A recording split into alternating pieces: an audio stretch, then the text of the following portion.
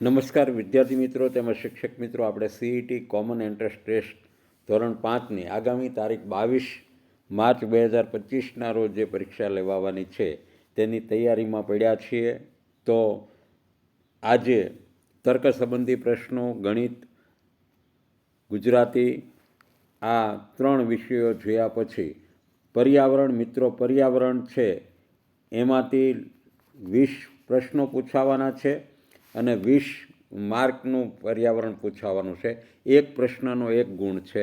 તો આપણે પર્યાવરણ છે એમાં તમને કોઈ સમજણ શક્તિ આપવાની જરૂર નથી, માત્ર ને માત્ર નોલેજેબલ પ્રશ્નો હોય છે, માહિતી પ્રધાન પ્રશ્નો હોય છે. એટલે આપણે માત્ર તેના કેવા સવાલો પૂછાઈ શકે તે પ્રશ્નોની યાદી લઈ અને આપની સમક્ષ રજૂ થયો છું.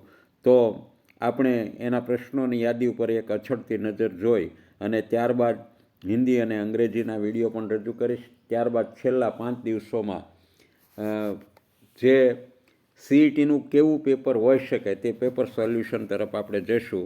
તો મિત્રો, વધારે વાતો નહીં કરતાં આપણે પ્રશ્ન 1નું સોલ્યુશન તરફ જશું. નીચેનામાંથી કયું પ્રાણી છે એ સૌથી વધારે ઊંઘ લે છે? તો અજગર, ભેંસ, ઘોડો અને બિલાડી. એમાં અજગર છે એ સૌથી વધારે છે એ ઊંઘ લે છે. ચાલો બીજો પ્રશ્ન, નીચેનામાંથી કયું પ્રાણી વિદ્યુત સંકેત દ્વારા ચેતવણી આપે છે? તો માછલી છે એ ચેતવણી આપે છે. નીચેનામાંથી કયું પ્રાણી મનુષ્ય કરતાં 4 ગણો વધારે જોઈ શકે છે? સમડી, ગરુડ અને ગીધ. આ આકાશમાં સૌથી ઊંચે ઉડતા પક્ષીઓ છે ને આપેલા તમામ પક્ષીઓ છે ને એ મનુષ્ય કરતાં 4 ગણો વધારે જોઈ શકે છે. પ્રશ્ન 4, નીચેનામાંથી સૌથી વધારે સચેત ઘ્રાણેન્દ્રિય કોની હોય છે? માણસ, કૂતરો, ભેંસ અને હાથી. આમાં કૂતરાની સૌથી વધારે સચેત ઘ્રાણેન્દ્રિય હોય છે. પ્રશ્ન નંબર 5, વાઘની કઈ ઇન્દ્રિય ખૂબ જ તીવ્ર હોય છે? સાંભળવાની, જોવાની, સૂંઘવાની. તો આ 3 ઇન્દ્રિયો છે એની સચેત હોય છે. એટલે જવાબ લખવાનો છે આપેલી તમામ. વાઘ વધારે સાંભળે પણ છે, જોઈ પણ શકે છે ને સૂંઘવાની શક્તિ, ઘ્રાણેન્દ્રિય પણ જોરદાર હોય છે. હવે પ્રશ્ન નંબર 6 તરફ જઈશું. નીચે આપેલા બીજમાંથી લીસી સપાટીવાળું બીજ કયું નથી? ચણા. ચણા છે ને ચણો ખરબચડો હોય. વટાણા, મગ અને મકાઈ આ બધા લીસા સપાટીવાળા હોય છે. પ્રશ્ન 7, બીજનો ફેલાવો આમાંથી કોના દ્વારા થાય છે? મનુષ્ય, પ્રાણીઓ અને પાણી. પાણી, મનુષ્ય અને પવન. પ્રાણીઓ, પવન અને પક્ષીઓ અને ઉપરના બધા જ. બીજનું એક જગ્યાએથી બીજી જગ્યાએ જવું એના માટે મનુષ્ય, પ્રાણીઓ, પાણી, પવન, પક્ષીઓ આ બધા જ કારણભૂત હોય છે. પવન પણ છે એ કારણભૂત હોય છે. તો આના બધાનો જવાબ છે એ ઉપરના બધા જ છે એ એના ફેલાવા માટે કારણભૂત છે. પ્રશ્ન નંબર 8, આમાંથી શાના બીજની શીંગો પૂર્ણ વિકાસ થતાં જાતે જ ફાટી જાય છે? સોયાબીન, વટાણા, એ અને બી બંને કે એક પણ નહીં? તો આ સોયાબીન અને વટાણા. આમ તો મોટાભાગના કઠોળની શીંગો છે એવી હોય છે કે એ પૂર્ણ વિકાસ થઈ જાય, એક વખત પાકી જાય એટલે ફાટી જવાનો સંભવ રહે છે. એટલે અહીંયા આપણને સોયાબીન ને વટાણા આપ્યું છે તો એ અને બી બંને જવાબ આવશે. રોગનો ફેલાવો એમાંથી કયું જૂથ કરે છે? માખી અને સાપ. સાપ છે રોગનો ફેલાવો કરતો નથી.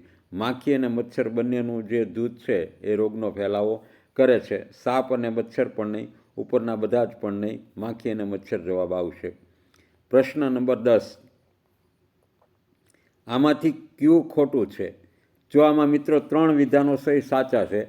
મેલેરિયાનો ફેલાવો છે એ એનોફિલિસ મચ્છર કરે છે. બધા જ પ્રકારના મચ્છર મેલેરિયાના રોગનો ફેલાવો કરે છે. તો આ ખોટું છે.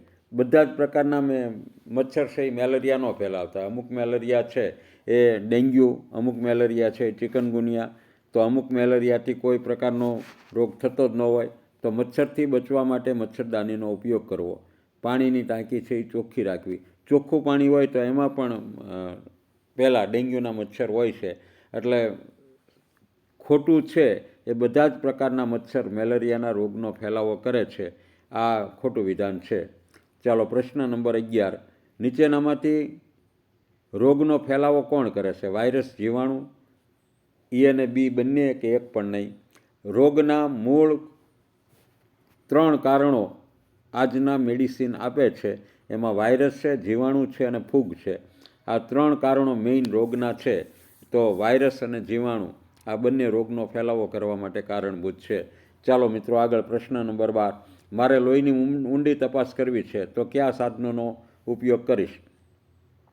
પેરિસ્કોપ, માઇક્રોસ્કોપ, કેલિડોસ્કોપ કે એક પણ નહીં? તો માઇક્રોસ્કોપ છે. આપણે પ્રાથમિક શાળામાં તમે માઇક્રોસ્કોપ જોયું હશે કે તે એક કરતાં અનેક ગણું છે એ દૃશ્ય તમને બતાવી શકવાના માટે સક્ષમ છે. એટલે એના માટે માઇક્રોસ્કોપનો ઉપયોગ કરીએ છીએ. પ્રશ્ન નંબર 13, ઉપરકોટનો કિલ્લો છે એ ક્યાં આવેલો છે? મિત્રો જૂનાગઢ. ગઢ એટલે શું? કિલ્લામાં બહારની તરફ દેખાતો ગોળ ભાગ. કિલ્લાનું પ્રવેશદ્વાર ન થાય, સીધી દિવાલ ન થાય, કિલ્લાના પગથિયા ન થાય. આ 3 જવાબ છે એ નહીં આવે. કિલ્લાની બહારની તરફ દેખાતો ગોળ ભાગ એટલે એને ગઢ કહેવાય. તમે સૂર્યોદય જોઈ રહ્યા છો તો દક્ષિણ દિશા તમારી કઈ તરફ હશે? આ પ્રશ્ન મિત્રો સહેજ આમાં સમજણની જરૂર હોય. એટલે તમને માનો કે ઉપર છે એ આપણે આ ઉત્તર બાજુ છે, ઉત્તર છે, અને અહીંયા તમે છે એ સૂર્યોદય જોઈ રહ્યા છો. આ છે એ સૂર્ય છે.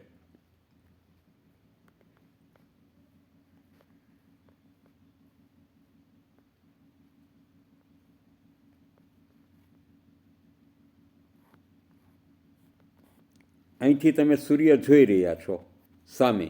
તો તમે સૂર્યોદય જોઈ રહ્યા છો તો દક્ષિણ દિશા તમારી કઈ તરફ હશે? તો તમારો અહીંથી ડાબો હાથ છે એ મિત્રો ઉત્તર બાજુ જશે અને જમણો હાથ છે એ દક્ષિણ બાજુ જશે. એટલે દક્ષિણ દિશા બાજુ તમારો છે એ જમણી બાજુ, અથવા તો જમણા બાજુ નહીં પણ જમણી બાજુ છે એ તમારી દક્ષિણ દિશા હોવી જોઈએ, હોય છે. તમારે સૂર્યની સામે ઊભું રહેવાનું છે, એક્ઝેક્ટ સૂર્યની સામે. સૂર્યની સામે ઊભા રહ્યા પછી તમારો ડાબા હાથનો જે છે, ડાબો હાથ છે એ ઉત્તર દિશા બાજુ જશે, તો જમણો હાથ છે એ દક્ષિણ દિશા તરફ આવશે. ચાલો મિત્રો પ્રશ્ન નંબર 16, ઉપરકોટના કિલ્લામાં મૂકવામાં આવેલી તોપનું નામ શું છે? તો એમાં ઉપરકોટના કિલ્લામાં છે એ નીલમ અને માણેક નામની 2 તોપો છે. અહીંયા ફક્ત નીલમનું નામ આપ્યું છે. નીલમ, રાણકી કે જાનકી નામ આવતા નથી. નકશામાં ઉત્તર દિશા દર્શાવવા કયા સંકેતનો ઉપયોગ થાય છે? તો મિત્રો ઉપર તીર બતાવેલું હોય અને આવી રીતે 4 દિશાઓ બતાવેલી હોય. આ અને ઉપર ઉત્તરમાં અંગ્રેજીમાં નોર્થનો એન લખેલો હોય. આ સંકેતનો છે એ ઉપયોગ થાય છે. પ્રશ્ન નંબર 18, નીચેનામાંથી કયું સ્થળ ઉપરકોટના કિલ્લામાં આવેલું નથી? જૂનાગઢની મુલાકાત લીધેલી હોય તો ખબર પડશે કે અડીકડી વાવ, નવગણ કૂવો અને બૌદ્ધ ગુફાઓ છે એ ઉપરકોટમાં આવેલી છે, જ્યારે શક્કરબાગ છે એ જૂનાગઢ ગામમાં આવેલું છે. એટલે આ સાચો જવાબ છે, શક્કરબાગ છે એ ઉપરકોટમાં આવેલું નથી. પ્રશ્ન નંબર 19, નીચેનામાંથી કયા પદાર્થો અવકાશમાં જોવા મળે છે? ગ્રહ, તારાઓ અને ચંદ્ર. તો મિત્રો આ 3 આપેલા તમામ છે એ પદાર્થો આકાશમાં જોવા મળે છે. પ્રશ્ન નંબર 20, પૃથ્વીના ગોળા પર જમીનનો ભાગ કયા રંગથી દર્શાવાય છે? લીલો, વાદળી, લાલ કે સફેદ? તો જમીનનો ભૂપૃષ્ઠ તમારે બતાવવું હોય તો લીલા ભાગથી છે એ જમીન દેખાવડાય છે. વાદળી ભાગથી મોટા ભાગે છે એ સૂર્ય દેખાતો હોય. તેમાં તાપમાનનો નકશો બનાવવો હોય તો એમાં લાલ રંગ છે એ વપરાય છે. ગુલાબી રંગ અન્યથા વપરાતો નથી. એટલે અહીંયા લીલો ભાગ આવશે. પ્રશ્ન નંબર 21, સુનિતા વિલિયમ્સ આકાશમાં પૃથ્વીથી કેટલા કિલોમીટર ઉપર ગયા હતા? તો એનો સાચો જવાબ છે 360 કિલોમીટર. નીચેનામાંથી કયો તહેવાર ચંદ્રની કળા સાથે સંબંધિત નથી? મિત્રો આમાં નાતાલ આવે. જો એક વાત આ તબક્કે તમને કહી દઉં કે દુનિયામાં અત્યારે હાલમાં પ્રસિદ્ધ 3 પંચાંગ, બાકી તો અન્ય કેટલાય પંચાંગ છે. એક આપણું ભારત દેશનું છે હિન્દુ પંચાંગ છે, એક ખ્રિસ્તીઓનું છે એ ગ્રેગેરિયન પંચાંગ છે, ગ્રેગેરિયન, અને એક છે એ મુસ્લિમ પંચાંગ છે, ઇસ્લામ પંચાંગ. હવે હિન્દુઓની જે કાળગણના કરવાની રીત છે એમાં ચંદ્ર અને સૂર્ય બંનેનો ઉપયોગ થાય છે. આ જે ખ્રિસ્તીઓનું ગ્રેગેરિયન પંચાંગ છે એમાં માત્ર ને માત્ર સૂર્યની ગતિને આધારે એની કાળગણના થાય છે, જ્યારે મુસ્લિમોની કાળગણના છે એ માત્ર ને માત્ર ચંદ્રની ગતિ ઉપર થાય છે. મુસ્લિમ પંચાંગને સૂર્યની ગતિ સાથે કંઈ લેવા દેવા નથી, ખ્રિસ્તી પંચાંગને ચંદ્રની ગતિ સાથે કાંઈ લેવા દેવા નથી, જ્યારે સંપૂર્ણ પંચાંગ છે આપણા હિન્દુ પંચાંગ છે જે ચંદ્રની ગતિ અને સૂર્યની ગતિ બંનેની ગતિની નોંધ રાખી અને એ આધારે છે એ કાળગણના કરે છે. એટલે જ્યારે જ્યારે તમારે નાતાલ ચંદ્રની કળા સાથે સંબંધ ન હોય ત્યારે ખ્રિસ્તીઓના બધા જ તહેવારો છે એને ચંદ્રની કળા સાથે મતલબ નથી. અહીંયા અલગ રીતે પ્રશ્ન પૂછ્યો હોય કે સૂર્યની કળા સાથે, સૂર્યની કળા તો નહીં આવે પણ સૂર્યની સાથે નિસ્બત નથી, તો એમાં ઈદ આવશે. જ્યારે આપણે શરદ પૂર્ણિમા છે એ ચંદ્રની કળાને પણ સંબંધિત છે અને સૂર્યને પણ સંબંધિત છે, સંકટ ચોથ પણ સંબંધિત છે. એટલે આ બધા સૂર્ય અને ચંદ્ર બંનેને આધારે છે એ આપણા હિન્દુ તહેવારો ઉજવાતા હોય છે. એટલે ખ્રિસ્તી તહેવારની વાત આવે એટલે તે માત્ર ને માત્ર એને ચંદ્રની કળા સાથે કોઈ લેવા દેવા હોતી નથી, કારણ કે ગ્રેગેરિયન પંચાંગ જે ખ્રિસ્તી સમાજનું મેઇન છે તેની કાળગણના માત્ર ને માત્ર સૂર્યને આધારિત જ થતી હોય છે. એટલે જવાબ છે એ નાતાલ આવશે. પ્રશ્ન નંબર 23, નીચેનામાંથી કઈ વિગત પૃથ્વીના ગોળા પર દર્શાવેલી હોય છે? મહાસાગરો, વૃત્ત, દેશો આપેલ તમામ છે એ દર્શાવેલી છે. પ્રશ્ન 24, પૃથ્વીના અવકાશમાંથી જોતા નીચેનામાંથી શું વાદળી રંગનું જોવા મળશે? તો પાણી. પાણીનો ભાગ છે એ મહાસાગરો છે, જમીન પ્રદેશ નહીં આવે, ધ્રુવ પ્રદેશો નહીં આવે. ધ્રુવ પ્રદેશો છે હંમેશના માટે શુભ્ર એકદમ સફેદ છે એ રંગનું જોવા મળશે, એટલે મહાસાગરો જવાબ આવશે. પ્રશ્ન નંબર 25, જો પૃથ્વીને પોતાનું ખેંચાણ બળ ન હોય તો પૃથ્વી પરની દરેક વસ્તુની સ્થિતિ કેવી હોય? તો ગુરુત્વાકર્ષણ બળ એટલે કે ખેંચાણ બળ ન હોય તો કોઈ પણ વસ્તુ છે ને એની સ્થિતિ તે હવામાં સ્થિર રહે, કારણ કે પૃથ્વી કરતાં કોઈનું ગુરુત્વાકર્ષણ બળ વધે તો જ તે હવામાં ઉપર જશે. એટલે આ પૃથ્વી ઉપર કોઈનું પોતાનું ખેંચાણ બળ ન હોય અને પૃથ્વી ઉપર બીજા કોઈનું ખેંચાણ બળ ન લાગતું હોય તો તે વસ્તુ છે હવામાં સ્થિર રહેશે, નીચે પડી જશે, હવામાં ઉપર જશે કે ગોળ ગોળ ફરશે. આ જવાબો અયોગ્ય છે. મિત્રો, 26મો પ્રશ્ન, ગાંધીજી કયા આશ્રમમાં રહેતા હતા? તો અમદાવાદના સાબરમતી નદીના કાંઠે આવેલો પ્રખ્યાત આશ્રમ સાબરમતી આશ્રમ છે એ મહાત્મા ગાંધીજીનું નિવાસસ્થાન હતું. કચરાનો ઢગલો એક અઠવાડિયા સુધી પડી રહે તો શું થાય? કચરો સડે, રોગચાળો ફેલાય, કચરામાંથી વાસ આવે. આ ત્રણેય પ્રક્રિયાઓ બને મિત્રો. પ્રશ્ન નંબર 28, આપણે સફાઈ કામદાર સાથે કેવું વર્તન કરવું જોઈએ? સફાઈ કામદારને છે એ માન આપવું જોઈએ, તેને નફરત કરવી જોઈએ, હેરાન કરવા જોઈએ કે ધુતકારવા જોઈએ? તો મિત્રો માન, કારણ કે દરેકમાં માણસમાં ભગવાન રહેલો છે. નાનામાં નાનું કામ કરનારા માણસની પણ તમારે કદર કરવી જોઈએ, એટલે તેને માન આપવું જોઈએ. ગાંધીજી કઈ બાબતના ખૂબ જ આગ્રહી હતા? તો આરામ કરવાના તો હોઈ જ ન શકે, સ્વચ્છતાના, બીજાને કામ સોંપવાના કે ગંદકી કરવાના, બીજાને કામ સોંપવાના કે ગંદકી કરવાના પણ ન હોઈ શકે. સ્વચ્છતા આ ગાંધીજીનો મૂળ મંત્ર હતો. પ્રશ્ન નંબર 30, સેજલ શાકભાજી ખરીદવા પ્લાસ્ટિકની થેલીનો ઉપયોગ કરે છે, તો તમે તેને શું સલાહ આપશો? તો એ જ કે પ્લાસ્ટિક છે એ પર્યાવરણને માટે ખૂબ જ નુકસાનકારક છે, એટલે પ્લાસ્ટિકની થેલી વાપરવાની સલાહ નહીં આપીએ, કાગળની થેલી અથવા તો કાપડની થેલી વાપરવાની કહેશું. અને અહીંયા બંને સલાહ આપવા માટે જવાબ તમારે છે એ ડી નોંધવાનો છે, બી અને સી બંને. હરીફ ટીમને હરાવવા માટે ટીમમાં શું જરૂરી હોય છે? ઝઘડા કરવાથી હરીફ ટીમને હરાવી શકીએ નહીં. ટીમમાં એકતા રાખવી અને ટીમના સભ્યો છે સાથે અબોલા કરવા તે પણ ન આવે. પછી રમતમાં મન ફાવે તેમ રમવું આ પણ ન આવે. સંઘ શક્તિથી જે લોકો લડતા હોય તે જ હરીફ ટીમને હરાવી શકે, એટલે એકતા છે એ મેઇન અગત્યનું છે, એટલે ટીમમાં એકતા રાખવી. આ જવાબ આવશે પ્રશ્ન નંબર 32. રમત રમવાથી કયા ગુણનો વિકાસ થાય છે? ખેલદિલી, સંઘભાવના અને એકતા, આપેલા તમામ ગુણોનો વિકાસ થાય છે. નીચેનામાંથી કઈ રમત છે સાંઘિક નથી? મિત્રો, રમત બે પ્રકારની હોય, એક વ્યક્તિગત હોય છે અને એક આપણા જૂથના ખેલાડીઓ સાથે રમવાની હોય છે. આ વ્યક્તિગત જે રમતો નથી તે બે કરતાં વધારે ખેલાડીઓ રમતા હોય અને તે સંઘમાં રમાતી હોય, એટલે તે રમતોને આપણે સાંઘિક રમતો કહેશું. તો વોલીબોલ, ફૂટબોલ અને ક્રિકેટ આ ત્રણેય રમતો છે એ સાંઘિક રમત છે, જ્યારે ટેનિસ છે એ તમારે એકલા સામેના ખેલાડીની સામે રમવાની હોય છે, એટલે આ રમત છે એ સાંઘિક રમત નથી. કઈ પદ્ધતિ, ખાસ પદ્ધતિથી માટલામાં તૈયાર કરેલા શાકને શું કહેવામાં આવે છે? તો ઉંબાડિયું કહેવામાં આવે છે. રૂ ને રેટિયા ઉપર કાંતીને શું બનાવવામાં આવે છે? સૂતરની આંટી બનાવવામાં આવે છે. ઘઉંની ખેતી કઈ ઋતુમાં કરવામાં આવે છે?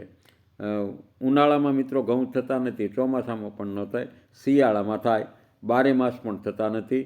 શિયાળે શીતળવા વાય, પાનખરે ઘઉં પેદા થાય, આવી લોકોક્તિ છે.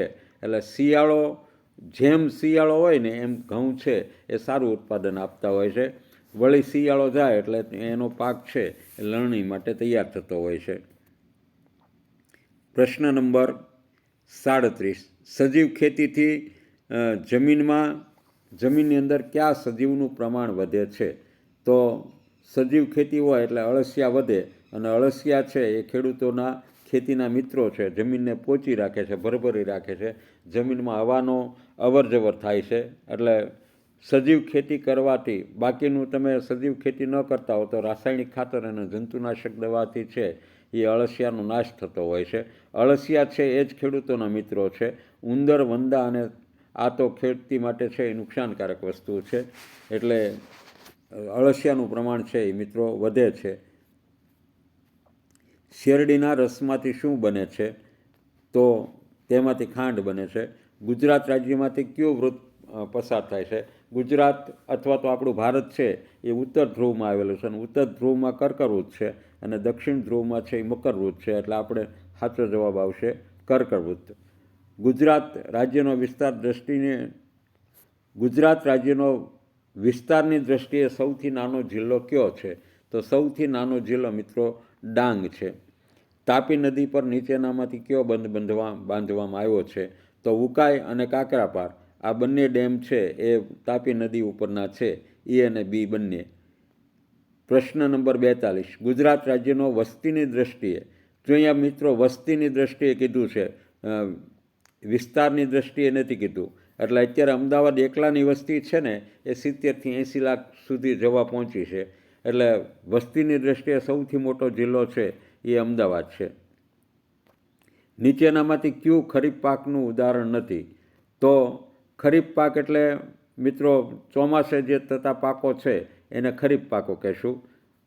ખરીફ, ચોમાસે થતા પાકો ખરીફ, શિયાળે થતા પાકો રવિ, અને ઉનાળે પાકો થતા એને જાયદ પાકો કહેશું. આપણે 3 પ્રકારના પાકો છે એ લેવામાં આવે છે. એમાં આખા ભારત વર્ષના પાકો છે જે ખેતીમાં આપણી મોલાદ થતી હોય, જણસ આવતી હોય, એને ખરીફ અને રવિમાં કીધી છે. અમુક વસ્તુ ખરીફમાં પણ થાય તો રવિમાં પણ થાય, જ્યારે અમુક પાકો સ્પેશિયલ રવિમાં જ થાય જે ખરીફમાં ન થાય, અને ખરીફમાં થાય તે રવિમાં નથી થતા હોતા.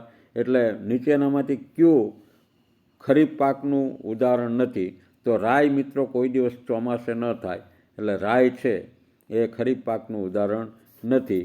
ડાંગર છે એ ખરીફ પાક છે, સોયાબીન છે એ ખરીફ પાક છે, અને મકાઈ છે એ ખરીફ પાક છે. રાઈ છે એ કોઈ દિવસ ખરીફ પાકમાં લઈ શકાતી નથી. નીચેનામાંથી કયું જોડકું છે એ બંધ બેસતું નથી?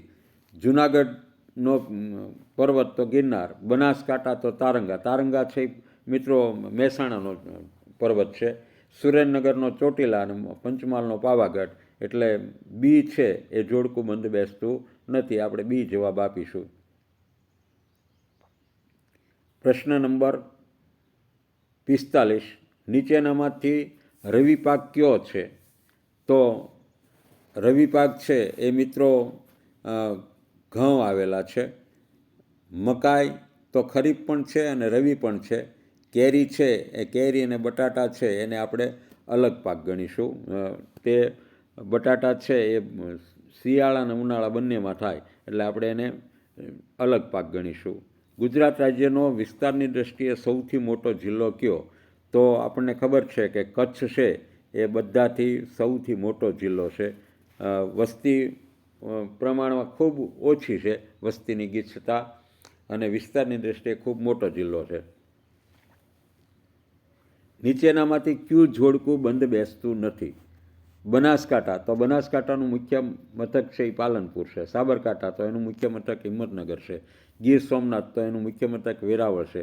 પંચમહાલ છે એનું મુખ્ય મથક છે એ મિત્રો ગોધરા છે, અને અહીંયા દાહોદ લખ્યું છે, એટલે ડી છે એ જોડકું બંધ બેસતું નથી. પ્રશ્ન નંબર 48, નીચેનામાંથી ગુજરાતની સૌથી મોટી ડેરી કઈ છે? ઓલ એશિયાની બ્રાન્ડ અત્યારે અમૂલ બની છે, એટલે ગુજરાતની તો સૌથી મોટી ડેરી આપણે અમૂલ જ કહેવાના. તમે દવાખાને જાઓ છો, તમને ડૉક્ટર કહે છે તમને પાંડુરોગ થયો છે, તમારામાં શાની ઉણપ હશે? તો પાંડુરોગ છે એ મિત્રો હિમોગ્લોબિન ઘટાડે છે, લોહ તત્વ, જેને આપણે આયર્ન કહીએ, એટલે લોહ તત્વની છે એ ઉણપ હશે તમારામાં. પ્રશ્ન નંબર 50,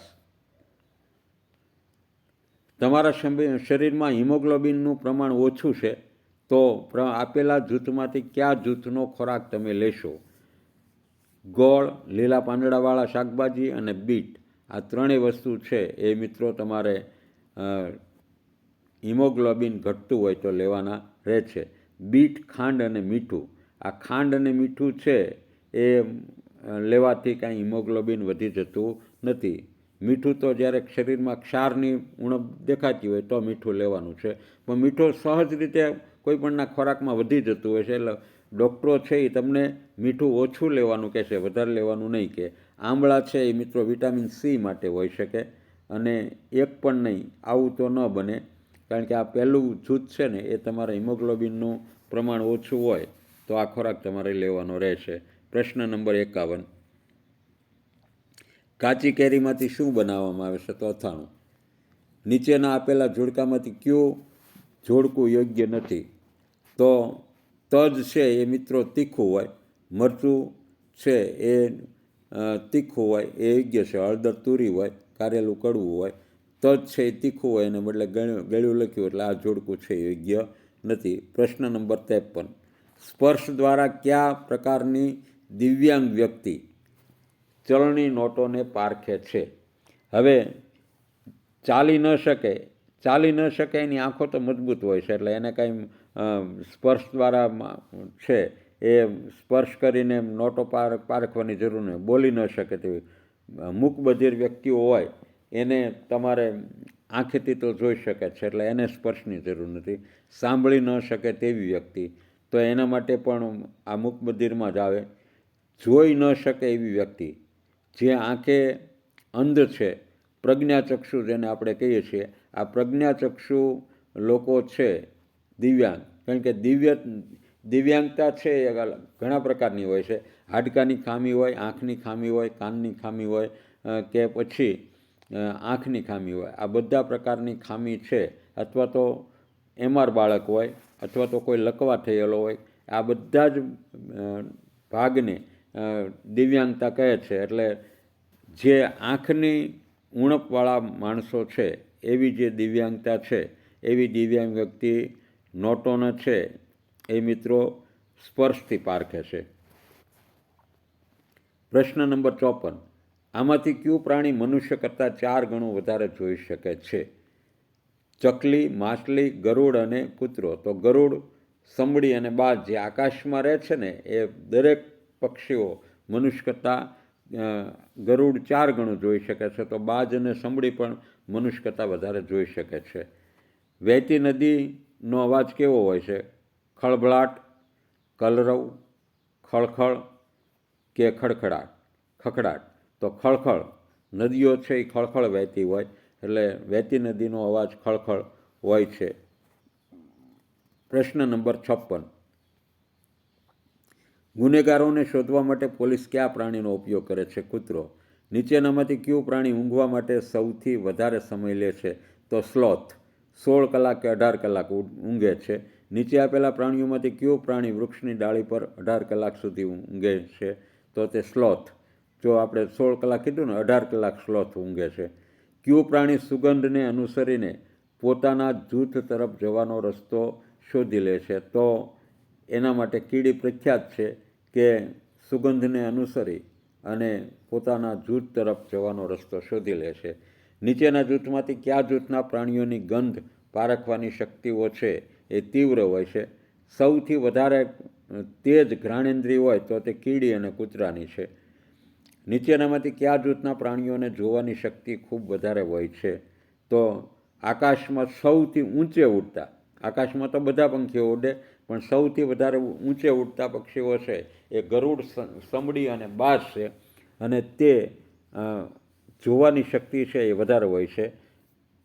આકાશમાં 2 થી 3 કિલોમીટર ઊંચે ઉડતા હોય તો પણ એને ખ્યાલ આવી જાય કે અહીંયા કોઈ પશુ પ્રાણીનું છે એ મોત નીપજેલું છે, અને એનો ખોરાક છે એ શોધવા માટે તે સતત પૃથ્વી ઉપર નજર કરતા હોય છે. પ્રશ્ન નંબર 62. નીચેનામાંથી કયા જૂથના પ્રાણીઓને કાન મીંડા સ્વરૂપે હોય છે? આપણે પ્રાણીશાસ્ત્રમાં એક કહેવત છે કે ઈંડા તેના મીંડા, ઈંડા તેના મીંડા. જે પશુ કે પ્રાણી અથવા પક્ષી જેને કાન નથી હોતા અને કાનની જગ્યાએ મીંડા હોય એને છે ઈંડા જન્મે છે. એટલે અહીંયા કાન મીંડા સ્વરૂપે કોના હોય છે? તો કબૂતર, સાપ અને ગરોળી. આ જે જૂથના પ્રાણીઓ છે એને કાન હોતા નથી, મીંડા સ્વરૂપે હોય છે, અને તે ત્રણેય પોતાના ઈંડાને જન્મ આપે છે. ચાલો, પ્રશ્ન નંબર 63. નીચેનામાંથી અલગ પડતો શબ્દ કયો છે? ખલાસી, મરજીવો અને માછીમાર એ ત્રણે દરિયામાં કામ કરતા છે, જ્યારે કડિયો છે એ તમારા મકાનનું બાંધકામ કરે છે, એટલે અલગ પડે છે. કયા સ્વાદની વસ્તુ કીડીઓ વધારે જોવા મળે છે? તો ગળ્યો. ગળ પણ હોય ને ત્યાં તરત જ કીડી આવે. ગળ્યો સ્વાદ છે એ કીડીઓ વધારે જોવા મળે ગળ્યા સ્વાદની બાજુમાં. પ્રશ્ન નંબર 65. માણસ જેવો ચહેરો ધરાવતું પ્રાણી કયું છે? તો વાંદરો. ગુજરાતમાં રીંછનું અભયારણ્ય કયા જિલ્લામાં આવેલું છે? બનાસકાંઠા, બાલારામ અભયારણ્ય. ગીરના જંગલને કયા પ્રાણીના રાષ્ટ્રીય ઉદ્યાન તરીકે જાહેર કરેલ છે? તો સિંહ.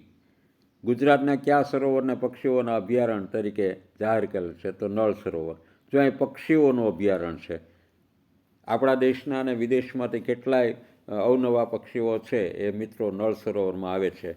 રાત્રે જાગતા પ્રાણીઓ વસ્તુઓને કયા રંગમાં જોઈ શકે છે? તો એ બ્લેક એન્ડ વ્હાઇટ જ જોઈ શકે છે, કાળા અને સફેદ.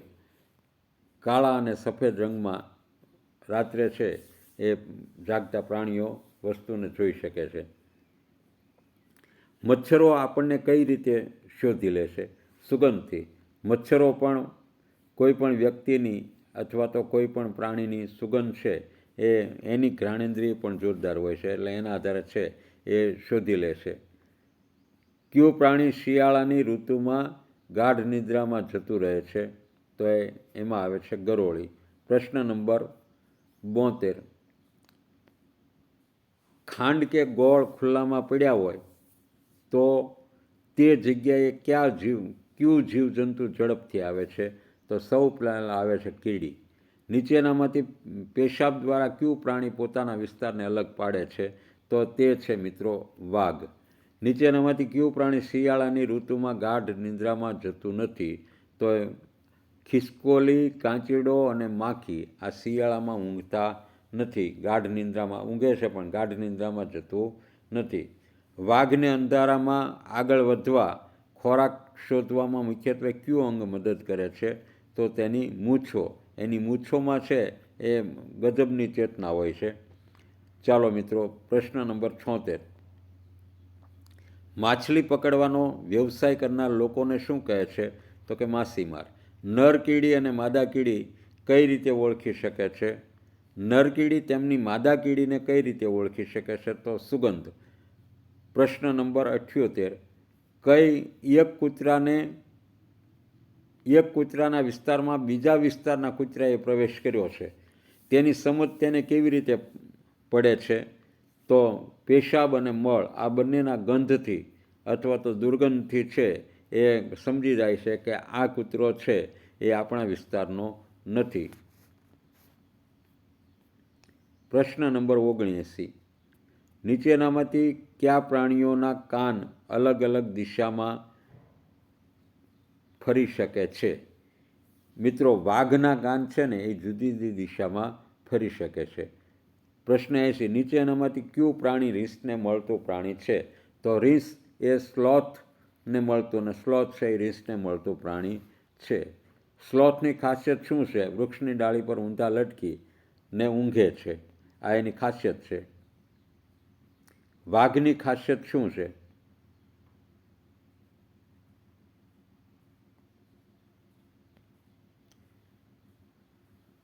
વાઘની ખાસિયત શું છે? તો તેની પૂંછડી ખૂબ જ સંવેદનશીલ હોય છે. ના, આપણે એની મૂછો કીધી ને સંવેદનશીલ, તેના કાન પર એક જ દિશામાં સ્થિર હોય છે, કાન ફરતા રહેશે. તેના પંજા ખૂબ જ સંવેદનશીલ હોય છે. ના, એની મૂછો છે ને એ ખૂબ જ સંવેદનશીલ હોય છે. એના આધારે છે એ એને કયું પ્રાણી કયું પક્ષી નજીક આવે છે એ ખ્યાલ આવી જાય છે એની મૂછોના આધારે. કીડીની ખાસિયત શું છે? તો તે એકલી ફરે છે નહીં, જૂથમાં ફરે છે. તે તીખા અને કડવા સ્વાદ તરફ ઝડપથી જાય છે? ના, ગળ્યા સ્વાદ તરફ જાય છે.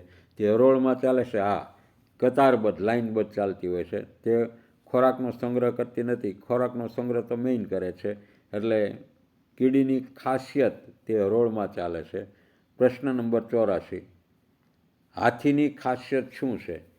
તેની સૂંઢ તેના પગ કરતાં જાડી હોય છે, આ એની ખાસિયત નથી. તેના દાંત અને કાન છે એ મોટા હોય છે, આ એની ખાસિયત છે. તે માંસાહારી પ્રાણી છે? ના, તે ખોરાક તરફ તેનો ખોરાક હરણ કરતાં ઓછો હોય છે, હરણ કરતાં ઘણો બધો વધારે ખોરાક એનો હોય છે. વણનોચો મહેમાનનો શું અર્થ થાય? બોલાવ્યા વગર કોઈને ત્યાં જવું એને વણનોચ્યા કહેવાય. ગુજરાતમાં સિંહ માટેનો સુરક્ષિત વિસ્તાર કયો છે? તો ગીર રાષ્ટ્રીય ઉદ્યાન, ગીર સોમનાથ જિલ્લામાં આવેલું ગીર રાષ્ટ્રીય ઉદ્યાન, અથવા તો જુનાગઢ જિલ્લાની ભાગોળે આવેલું ગીર રાષ્ટ્રીય ઉદ્યાન આ સિંહ માટેનો સુરક્ષિત વિસ્તાર છે. પરંતુ મિત્રો, સિંહો છે એ આખા સૌરાષ્ટ્રને અત્યારે પોતાનો સુરક્ષિત વિસ્તાર માને છે, અને ગીર રાષ્ટ્રીય ઉદ્યાનમાંથી છે એ કેટલાય બીજા વિસ્તારોમાં પણ જોવા મળે છે. કયા પ્રાણીનો વાળનો ઉપયોગ સ્વેટર, શાલ બનાવવામાં થાય છે? તો ઘેટાના જે વાળ છે ને, જેને આપણે ઊન કહીએ છીએ, શું કહીએ છીએ? ઊન કહીએ છીએ. તો ઘેટાના વાળનો ઉપયોગ છે એ સ્વેટર અને શાલ બનાવવા માટે થાય છે. પ્રશ્ન નંબર 88, અભયારણ્ય. અરણ્ય એટલે જંગલ, અરણ્ય એટલે જંગલ, અને જ્યાં પશુઓને જે જંગલમાં અભયતાનું વરદાન આપે એવા સરકારશ્રીએ જે જંગલો વિકસાવ્યા છે એને દરેકને અભયારણ્ય કહે છે. અભયારણ્ય બાબતે કયું સાચું છે? જ્યાં પ્રાણીઓના રક્ષણ માટે કોઈ સુવિધા હોતી નથી, આ ખોટું છે મિત્રો. અરણ્ય જેને કહેવાય, જે જંગલમાં પોતે અભય છે, એટલે એના રક્ષણ માટે બધી જ સુવિધાઓ હોય છે. જ્યાં પ્રાણીઓ મુક્ત રીતે હરીફરી શકતા નથી, પ્રાણીઓને મુક્ત રીતે હરીફરી શકવા માટે જ અભયારણ્યો બનાવ્યા છે. એટલે એ પણ ખોટું છે. આ પણ ખોટું. જ્યાં પ્રાણીઓના શિકાર કરવા પર પ્રતિબંધ છે, જ્યાં પ્રાણીઓનો શિકાર કરવા પર પ્રતિબંધ છે, આ સાચું છે મિત્રો. જ્યાં પ્રાણીઓને સાંકળથી બાંધી રાખવામાં આવે છે ત્યાં મુક્ત વિહાર કરવામાં આવે છે, એટલે આ પણ ખોટું છે મિત્રો. અભયારણ્યનો અર્થ વળી પાછા સમજી લેજો. જ્યાં જે અરણ્યમાં, જે જંગલમાં દરેક પ્રાણી પશુને અભયનું વરદાન આપે, અભયતા આપે, કોઈનાથી ડર ઊભો ન થાય, એવા અરણ્યો, એવા જંગલો એટલે એને અભયારણ્યો આપણે કહીએ છીએ. આ ખાસ ખ્યાલ છે. પ્રશ્ન નંબર 89.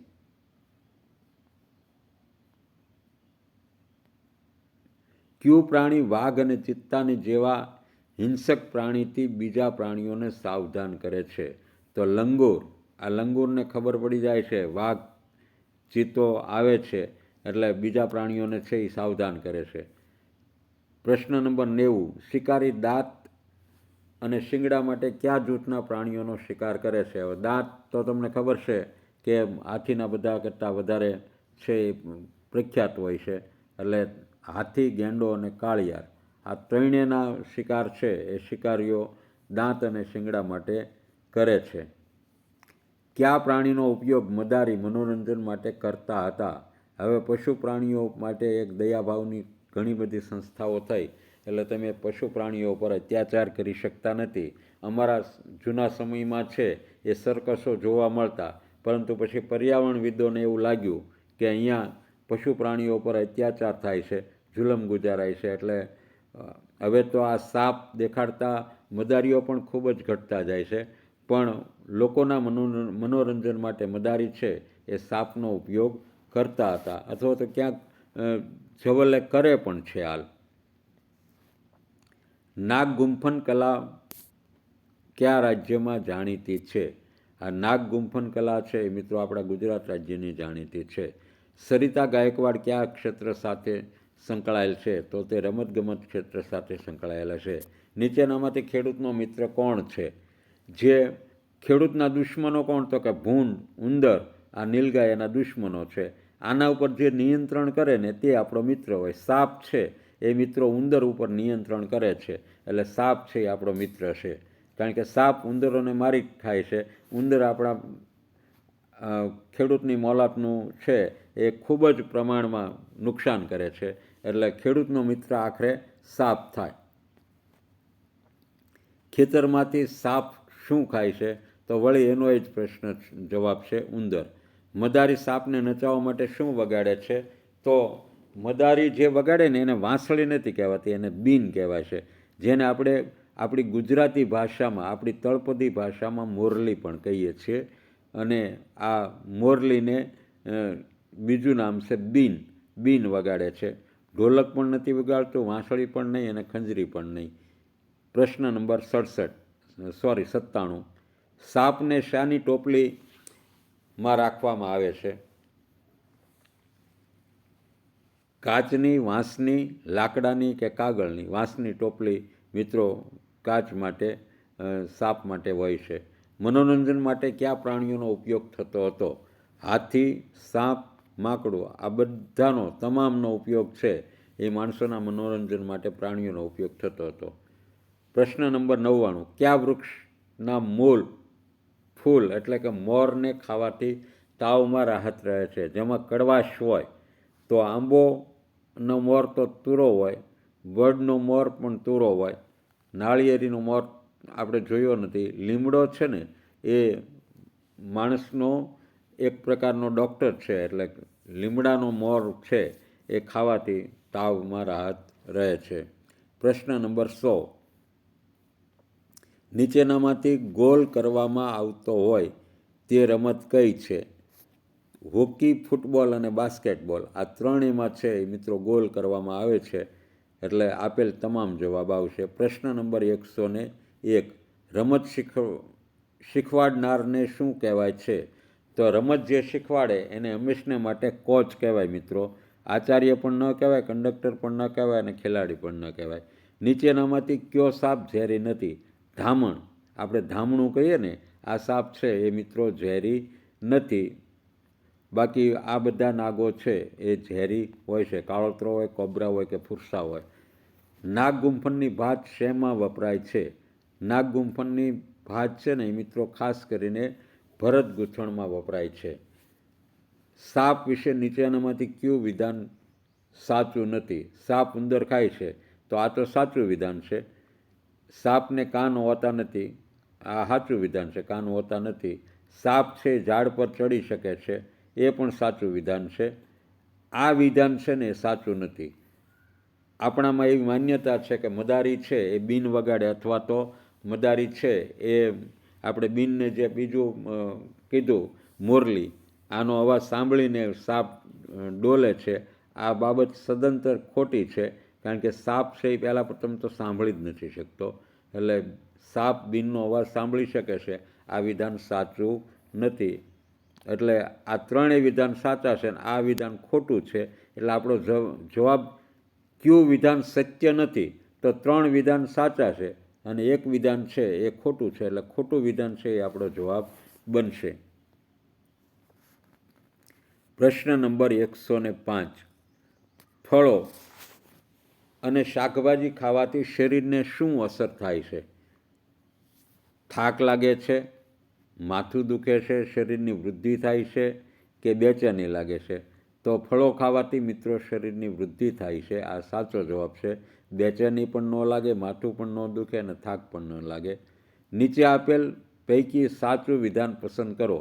અહીંયા મિત્રો 3 વિધાન છે એ ખોટા હશે, 3 વિધાન ખોટા હશે અને 1 વિધાન છે એ સાચું હશે. તો કાચી કેરીનો સ્વાદ તુરો હોય છે, આ ખોટી બાબત છે. કાચી કેરીનો સ્વાદ છે એ મિત્રો ખાટો હોય છે. લીંબુનો સ્વાદ છે એ ખારો હોય છે, તો આ પણ ખોટું વિધાન છે, કારણ કે લીંબુનો સ્વાદ છે એ મિત્રો ખાટો હોય છે. આંબલીનો સ્વાદ છે એ કડવો હોય છે, તો આ પણ ખોટી બાબત છે. આંબલીનો સ્વાદ છે એ ખાટો હોય છે. હવે મધનો સ્વાદ છે ગળ્યો હોય છે, તો આ સાચું વિધાન છે. ડી માત્ર 1 સાચું વિધાન છે. 3 વિધાન ખોટા અને 1 વિધાન સાચું. સાચું વિધાન મધનો સ્વાદ ગળ્યો હોય છે, આ આપણો સાચો જવાબ બનશે. મધનો સ્વાદ ગળ્યો હોય છે. નીચે આપેલ જૂથમાંથી અનાજનું જૂથ કયું છે? જો આપણે જે વનસ્પતિમાં અને ખાસ કરીને બીજમાં 3 વિભાગો હોય છે: અનાજ, કઠોળ અને મસાલા. તો અનાજ કોને કહેવાય? તો આમાં જે જૂથ મગ, વાલ અને ચણા, આ કઠોળનું જૂથ છે. ઘઉં અનાજ છે, વટાણા અને ચોળ એ કઠોળ છે. ઘઉં, બાજરી અને મકાઈ 3 અનાજના જૂથમાં છે. મેથી, તો મેથી મિત્રો મસાલામાં આવે, બાજરી છે એ અનાજમાં આવે અને મગ છે એ કઠોળમાં આવે. એટલે સાચું જૂથ ઘઉં, બાજરી અને મકાઈ, આ 3 અનાજનું જૂથ છે. પ્રશ્ન નંબર 108. નીચે આપેલા જૂથમાંથી કઠોળનું જૂથ કયું છે? તો મગ, ચણા અને વાલ, આ 3 છે એ કઠોળના જૂથમાં આવે છે. પ્રશ્ન નંબર 109. વાગેલા ઘા ઉપર લગાડવામાં ઉપયોગ થાય છે, તો એના માટે મિત્રો હળદર જ હોઈ શકે, કારણ કે હળદરમાં છે ને એન્ટીબાયોટિક ગુણ છે, એ પાક થવા દેતું નથી, એટલે હળદર શબ્દ આવશે. પ્રશ્ન નંબર 110. નીચેનામાંથી કઈ શાકભાજીનો સ્વાદ કડવો હોય છે? તો કડવા હોય છે કારેલા. મિત્રો પ્રશ્ન નંબર 111 તરફ જઈએ. નીચે આપેલા જૂથમાંથી કડવા સ્વાદનું જૂથ કયું છે? તો મેથી કડવી હોય છે, પણ ભીંડો પાછો કડવો હોતો નથી. ગુવાર છે એ મીઠો હોય છે, તો કારેલા પાછા કડવા હોય છે. તો કારેલા અને મેથી આ બંને છે એ મિત્રો કડવા સ્વાદનું જૂથ છે. રીંગણ કે કોબી બેમાંથી એકે પણ કડવા જૂથ હોતું નથી. 112. નીચે આપેલા જૂથમાંથી અનાજનું જૂથ કયું છે?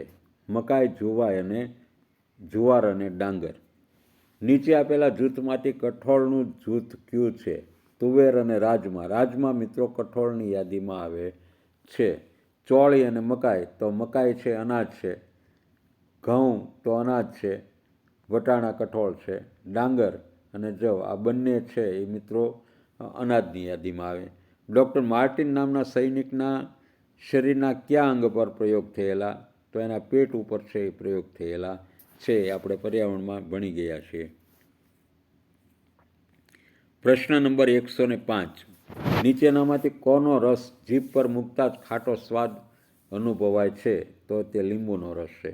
નીચેનામાંથી કયો રસ જીભ ઉપર મૂકતા જ ગળ્યો સ્વાદ લાગે છે? તો તે શેરડીનો રસ છે. નીચેનામાંથી કયા મસાલાનો સ્વાદ તુરો હોય છે? તો તે હળદર છે. નીચે આપેલ જૂથમાંથી મસાલાનું જૂથ પસંદ કરો. મરી, ઇલાયચી અને મીઠું, આ ત્રણેયને આપણે મસાલાની યાદીમાં મૂકીશું. પ્રશ્ન નંબર 119, નીચેનામાંથી કઈ રમત ઘરમાં નહીં રમી શકાય? તો મિત્રો, ગંજીપો ઘરમાં રમી શકાય, લૂડો ઘરમાં રમી શકાય, કેરમ ઘરમાં રમી શકાય. બાકીની રમત જે છે વોલીબોલ, આના માટે મેદાન જોઈશે, ઘરમાં રમી શકાશે નહીં. પ્રશ્ન નંબર 120, રમતગમતના કોઈ સાધન વિના રમી શકાતી રમત કઈ છે? કબડ્ડી એવી રમત છે કે એમાં કોઈ સાધનોની જરૂર પડતી નથી. પ્રશ્ન નંબર 121, ભોજન વખતે સ્વાદ મોળો લાગે તો કયા મસાલાની જરૂર પડે? મીઠું. ખોરાકના પાચનની શરૂઆત કયા અવયવમાં થાય છે? તો જઠરમાં થાય છે.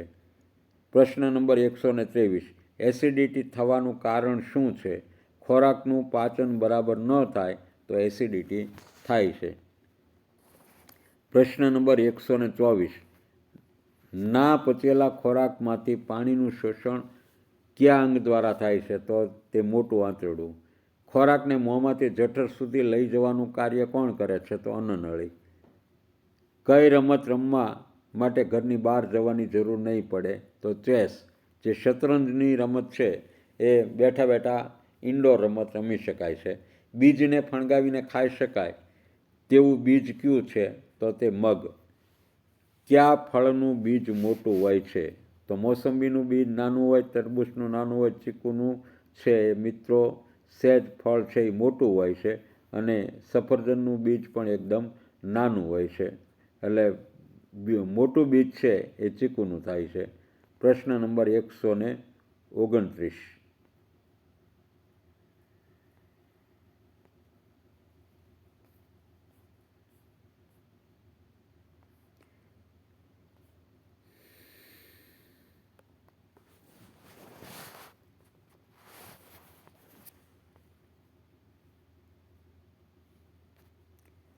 પ્રશ્ન નંબર 129, કોના બીજનો ફેલાવો હવા દ્વારા થાય છે? તો આંકડાનું બીજ છે ને એકદમ હળવું હોય છે, એટલે એના બીજનો ફેલાવો છે એ હવા દ્વારા થાય છે. કયા બીજ કઠોળ કહેવાય? તો ચણા. મકાઈ અનાજ છે, બાજરી અનાજ છે અને ઘઉં અનાજ છે, એટલે ચણા છે એ કઠોળ કહેવાય. બીજને ઉગવા માટે જરૂરી પરિબળ કયું છે? હવા, પાણી કે સૂર્યપ્રકાશ? તો આપેલા તમામ જોઈએ મિત્રો. નીચેનામાંથી કયું બીજ અંકુરિત થશે નહીં? ચણા, મગ કે મગની દાળ? મગની દાળ છે એ પૂર્ણ બીજ રહેતું નથી, એટલે તે અંકુરિત નહીં થાય. વાલ એ પણ અંકુરિત થશે. આ મગની દાળ એક અંકુરિત થશે નહીં. સોયાબીનનું મૂળ વતન કયું છે? તો ચાઇના. ચીન એનું મૂળ વતન છે. નીચેનામાંથી શેનું બીજ ચપટું હોય છે? તો સફરજનનું બીજ છે એ ચપટું હોય છે. ભારતમાં મરચાં નીચેનામાંથી કયા પ્રદેશમાંથી આવેલા છે? તો મરચાં છે એ મિત્રો દક્ષિણ અમેરિકામાંથી આવેલા છે. મરચાં દક્ષિણ અમેરિકામાંથી આવેલા છે. મરચાં કયા દેશના વેપારીઓ ભારતમાં લાવ્યા હતા? છે દક્ષિણ અમેરિકાના, પણ લાવ્યા હતા પોર્ટુગલના ફિરંગીઓ ભારતમાં લાવ્યા હતા. ભારતના કયા રાજ્યમાં ચા સૌથી વધુ ઉગાડવામાં આવે છે? તો ચા માટેનું તો મૂળ મથક છે આસામ છે, એ આપણને બધાને ખબર છે. આસામથી ઉતરીને પશ્ચિમમાં પરવરી, તું છે જગતની માં, કે ચા તું જગજનની. આ ચા છે એ સૌથી વધારે ઉગતી હોય અને સૌથી વધારે પાક આવતો હોય તો તે આસામ રાજ્યમાં છે. યુરોપમાંથી કઈ વસ્તુઓ ભારતમાં આવેલી છે? તો કોબીજ છે ને એ મિત્રો યુરોપમાંથી આવેલી છે. ભીંડા ભારતમાં કયા દેશમાંથી આવેલા છે? તો ભીંડા છે એ મિત્રો આફ્રિકામાંથી આવેલા છે. આમાંથી ભારતીય બીજ કયું છે? તો તો આપણું મૂળ છે ને એ પરવળ છે. મરચાઈ બહારથી આવેલા છે, સોયાબીન એ બહારથી આવેલા છે, અને કોબીજ એ બહારથી આવેલી છે. માત્ર ને માત્ર પરવળ છે એ મૂળ ભારત દેશનું બીજ છે. બીજ વગરની ઉગતી વનસ્પતિ કઈ છે? રીંગણી, આંબો કે શેરડી? શેરડીને છે એ મિત્રો બીજ હોતા નથી.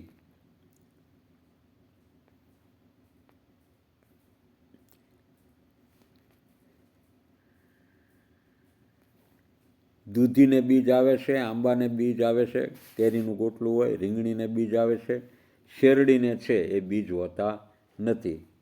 ચાલો, પ્રશ્ન નંબર 142. મસાલાની પટરાણી કોને કહેવાય? તો મસાલાની પટરાણી છે એ જ્યાં સુધી મરચું આપણા ખોરાકમાં ન આવે ત્યાં સુધી રસોઈ છે એ જામતી નથી. એટલે મરચાં છે એને ખોરાકની પટરાણી કહેવામાં આવે છે. હવે કયું બીજ પરદેશી નથી? તો કારેલા છે ને એ મૂળ આપણા ભારત દેશના છે. મરચાં, સોયાબીન અને કોબીજ ત્રણેય વિદેશમાંથી આવેલી વસ્તુઓ છે. પ્રશ્ન નંબર 144. આપેલા બીજમાંથી ગોળાકાર બીજ કયું છે? તો વટાણા આપણે બધાએ જોયા છે અને નાના બાળકોએ વટાણા ખાધા પણ હશે. તો વટાણાનું બીજ છે એ મિત્રો ગોળાકાર છે. આપેલ બીજમાંથી ચપટું બીજ કયું છે? તો તલનું ચપટું બીજ છે. રસોડામાં મસાલા તરીકે વપરાતું બીજ કયું છે? તો એ તે મરી છે. બાકી તમે એમ કહેશો કે સાહેબ હિંગે વપરાય છે, હળદરે વપરાય છે, તજે, પણ એનો મોટાભાગનાનો પાવડર કરીને આપણે ચૂરણ કરીને વાપરતા હોય છે. જ્યારે બીજ સીધા વપરાતા હોય તો તે મરી છે. નીચેનામાંથી કોનું બીજ કાંટાવાળું બીજ છે? તો ગોખરું આ કાંટાવાળું બીજ છે. કઠોળને ફણગાવવા માટે સૌ પ્રથમ શું કરીશું? તો ભીના કપડામાં છે એને આપણે રાખીશું, એટલે કઠોળ છે એ 24 કલાકમાં અંકુરિત થશે, ફણગાવાઈ જશે. પ્રશ્ન નંબર 150.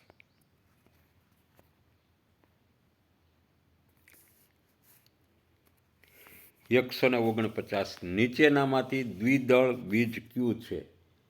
જેની એકસરખી બે ફાટ થતી હોય એને આપણે દ્વિદળ કહીએ. તો મિત્રો બાજરી, મકાઈ અને જીરું આ એકદળીય છે, જ્યારે મગ છે એ દ્વિદળીય છે. કોફી કયા દેશમાંથી ભારતમાં આવી? તો કોફી પણ આફ્રિકામાંથી આવેલી છે. મિત્રો નીચેના પૈકી કયો છોડ શિકારી છોડ કહેવાય છે? તો તેમાં કળશ પર્ણ છે એ શિકારી છોડ કહેવાય છે. નીચેનામાંથી કયું એકદળી બીજ છે? તો ઘઉં. મોટાભાગના અનાજના એકદળી બીજ હોય છે. ઘઉં હોય, બાજરી હોય. અહીંયા મગ, વાલ અને તુવેર આ બધા દ્વિદળી કઠોળ છે. પ્રશ્ન નંબર 153.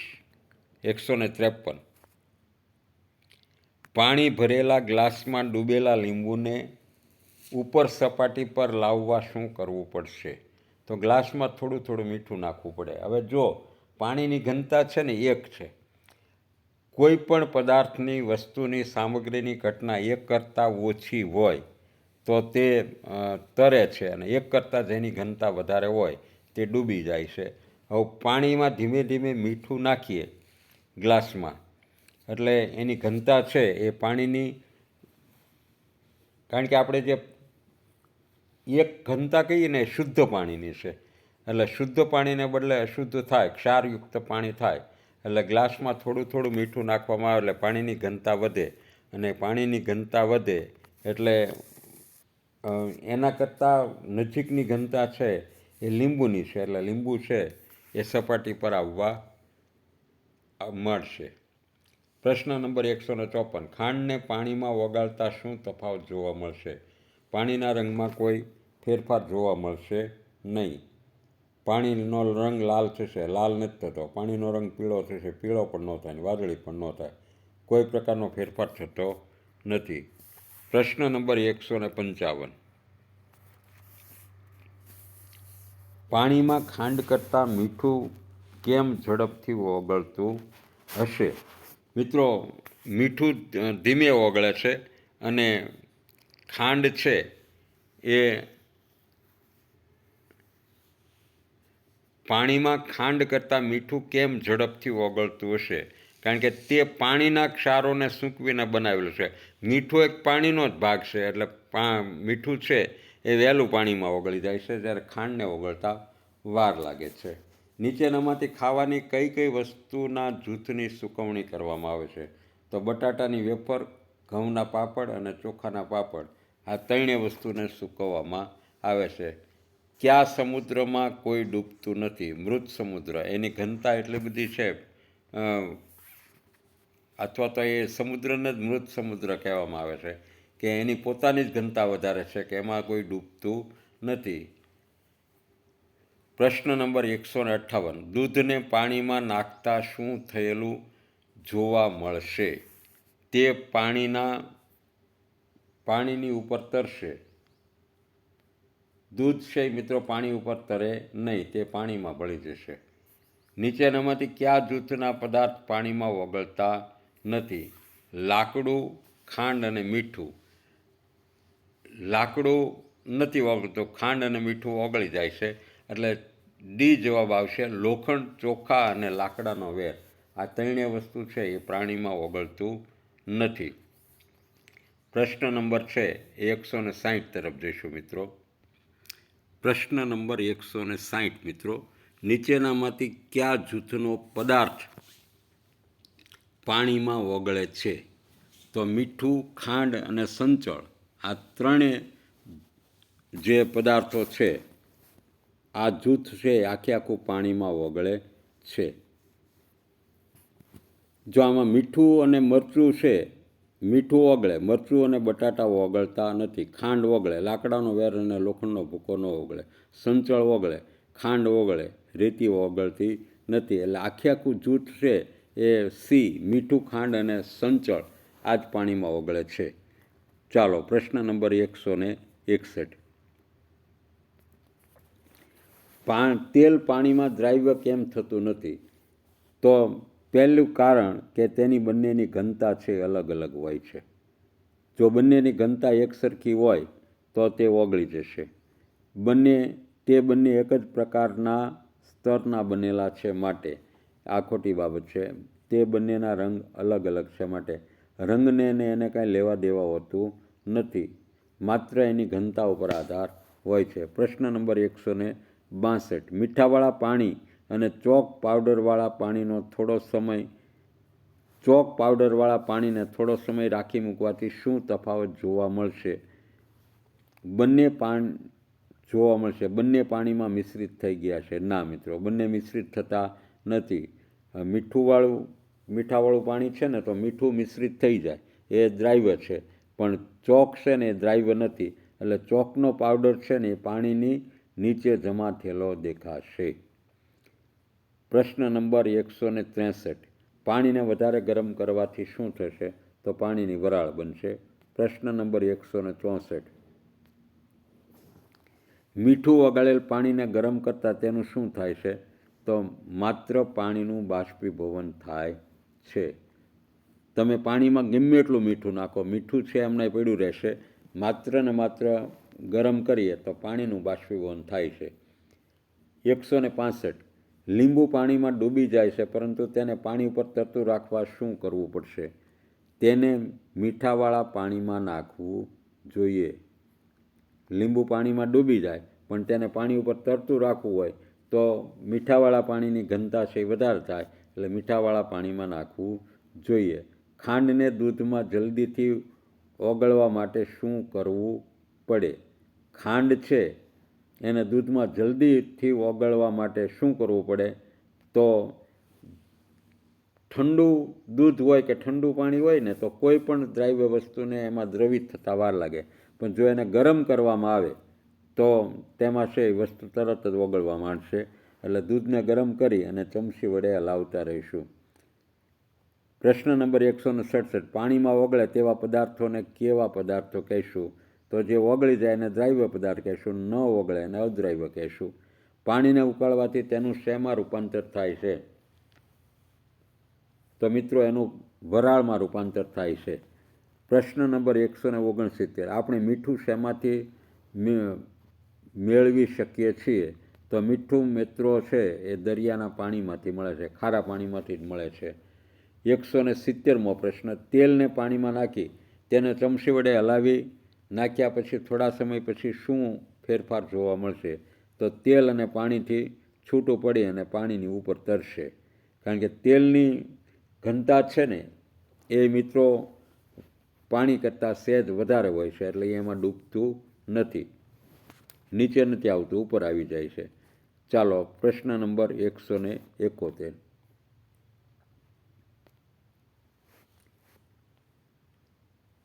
શરબત બનાવવા તમે કયા પદાર્થોનું મિશ્રણ કરશો? તો ખાંડ, મીઠું, લીંબુનો રસ અને પાણી, આનો ઉપયોગ કરીશું. મેલેરિયાનો રોગ કયા જીવજંતુ પ્રાણી કરડવાથી થાય છે? તો મેલેરિયા માટેનું એકમાત્ર કારણ મચ્છર છે. નીચેનામાંથી કઈ બાબત મચ્છરોના ઉપદ્રવ માટે જવાબદાર છે? તો પાણીના ખાબોચિયા. ગંદુ પાણી જ્યાં જ્યાં હોય ત્યાં મચ્છર ઉપદ્રવ માટેનું કારણ બને. 174. દીપ લીલા શાકભાજી, બીટ અને આમળા ખાય છે, તેનામાં કયા તત્વોનું પ્રમાણ વધુ હશે? તો સ્વાભાવિક રીતે તેમાં લોહ તત્વનું પ્રમાણ છે એ વધારે છે, કારણ કે બીટ અને શાકભાજીમાંથી છે એ લોહ તત્વ આયર્ન વધારે મળે છે. પ્રશ્ન નંબર 175.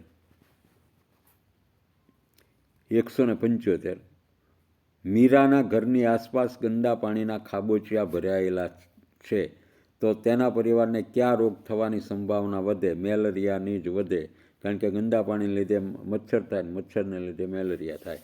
સાપને કેટલા દાંત હોય છે? માત્ર 2 દાંત હોય છે. કેટલા પ્રકારના સાપ ઝેરી હોય છે? 4 પ્રકારના સાપ છે એ ઝેરી હોય છે.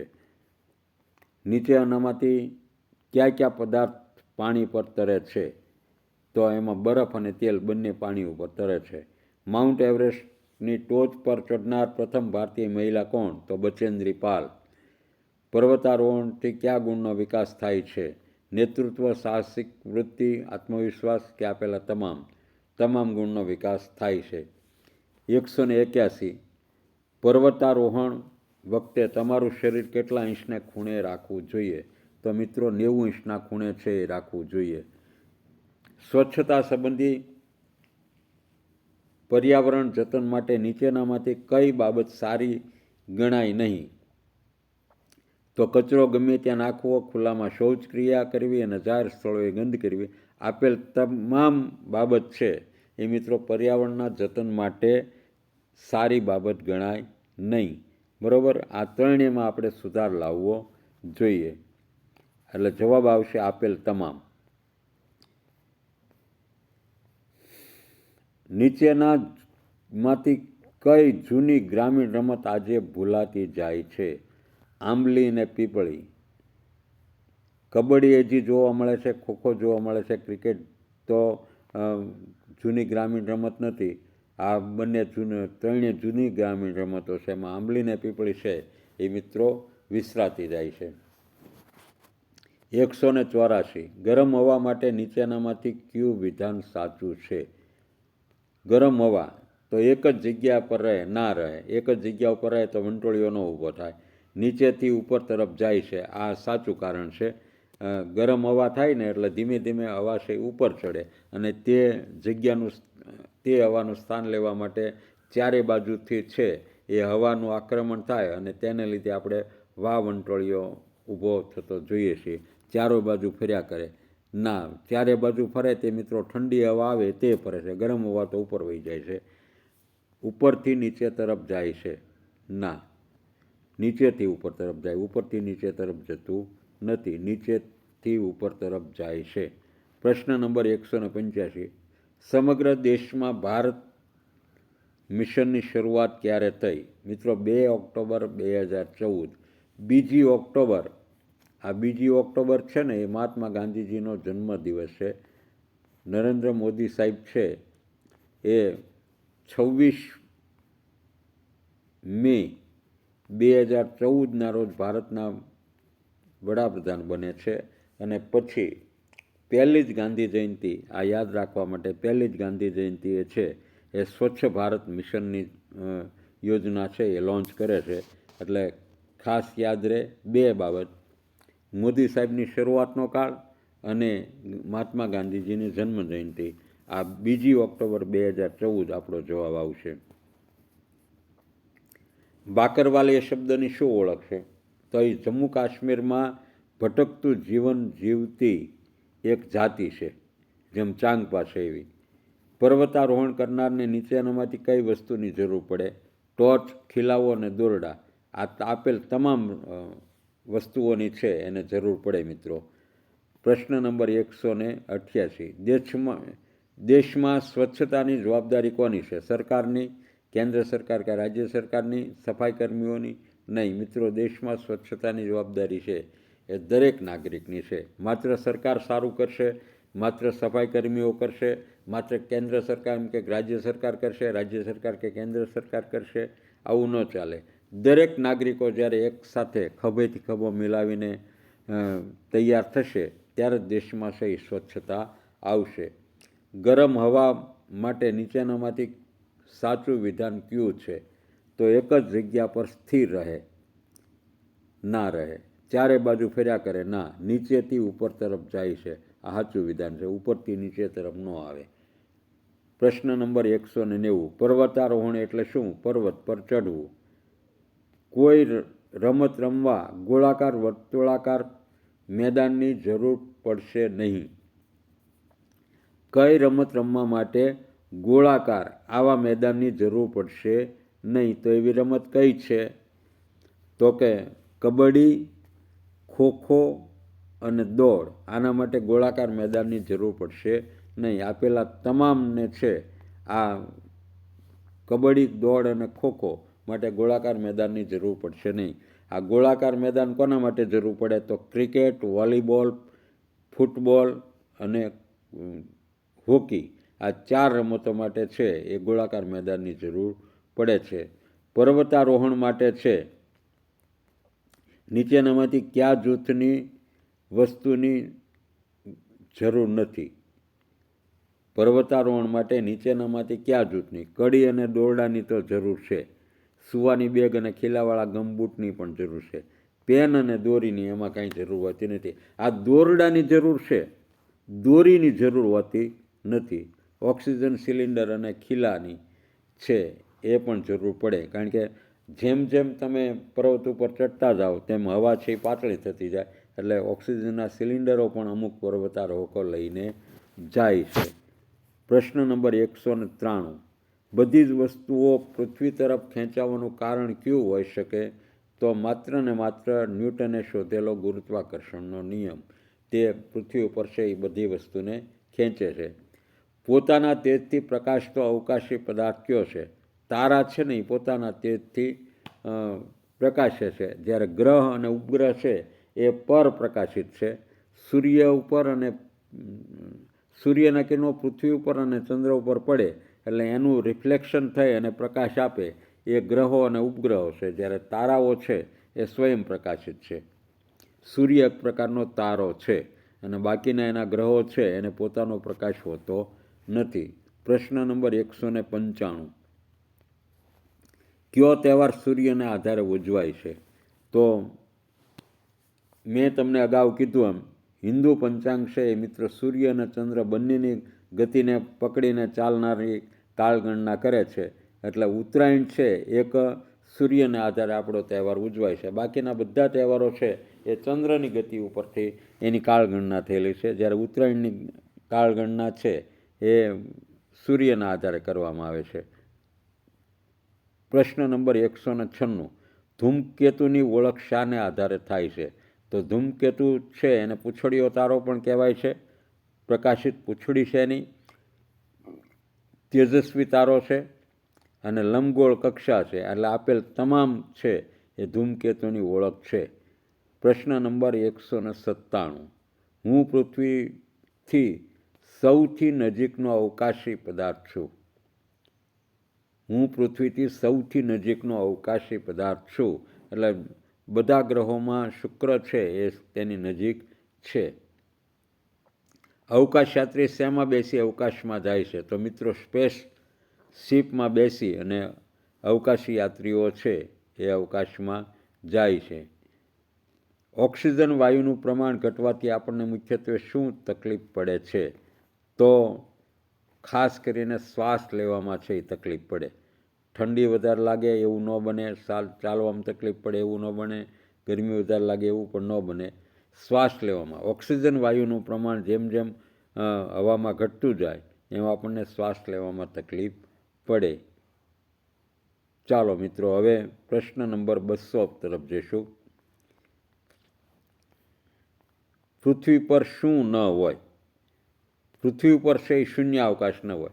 કોઈ પણ વિસ્તારમાંથી હવાને હટાવી લેવામાં આવે અને હવા હટતા જે ખાલી પોસ્ટ સર્જાય એને મિત્રો શૂન્ય અવકાશ કહેવાય.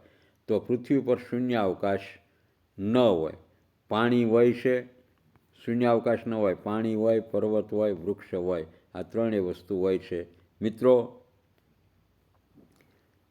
અહીંયા પર્યાવરણના કુલ 360 પ્રશ્નો છે, એટલે 200 પ્રશ્નો એ છે એ આપણે અહીંયા અડધો વિરામ આપીએ છીએ. આપે મારો આખો વિડીયો જોયો તે બદલ આભાર, અને વિડીયો ગમે તો લાઈક અને શેર કરજો. ચેનલને સબસ્ક્રાઈબ કરવા વિનંતી. અસ્તુ. જય હિન્દ અને જય ભારત. આવજો મિત્રો. આગામી આપણે પર્યાવરણના ભાગ 2માં ટૂંક સમયમાં જ મળીશું. આવજો મિત્રો. Thank you. જય હિન્દ.